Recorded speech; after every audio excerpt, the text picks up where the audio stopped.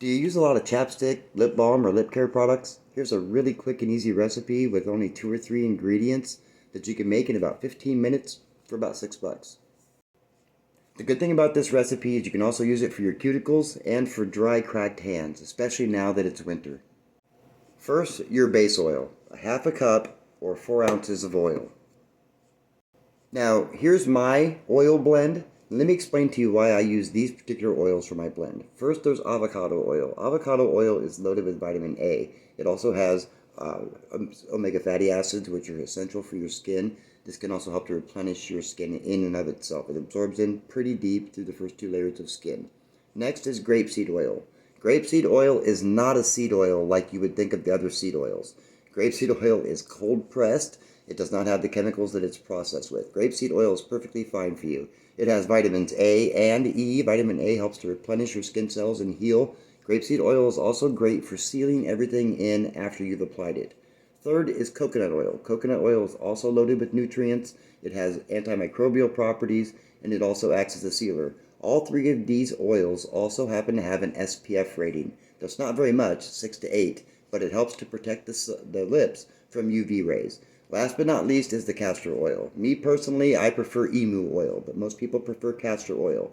Castor oil soaks in through all the layers of the skin. We're trying to moisturize your skin.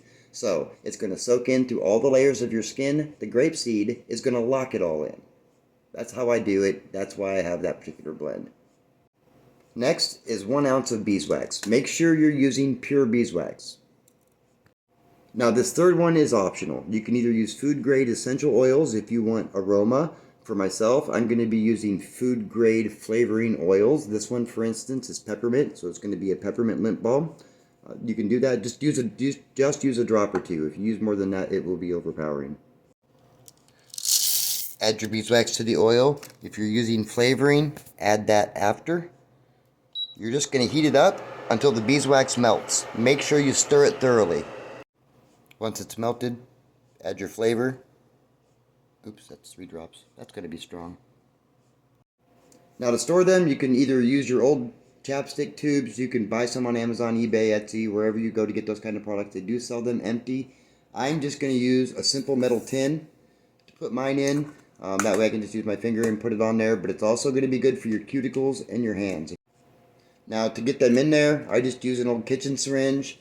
I'll take the syringe, fill it up, and then put it in there. When it comes to a chapstick container, it only holds 0.15 ounces, so that's not very much. It's going to fill up very quickly.